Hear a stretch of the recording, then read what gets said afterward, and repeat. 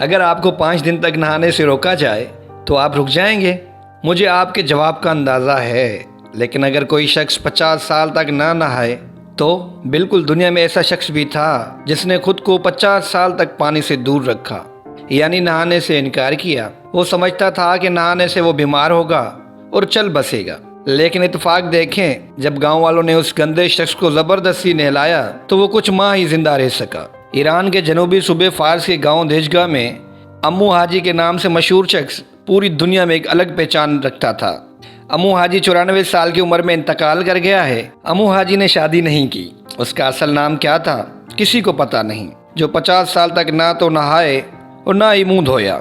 2013 में उन पर एक दस्तावेजी film the strange life of Ammu Haji भी बनी थी। अम्मू हाजी के इंतकाल पर आलमी मीडिया उसे मुख्तलिफ एजाज से नवाज रहा है, लेकिन डॉक्टर्स का कहना है कि आप ज़रूर नहाएं क्योंकि आप अम्मू हाजी नहीं हैं।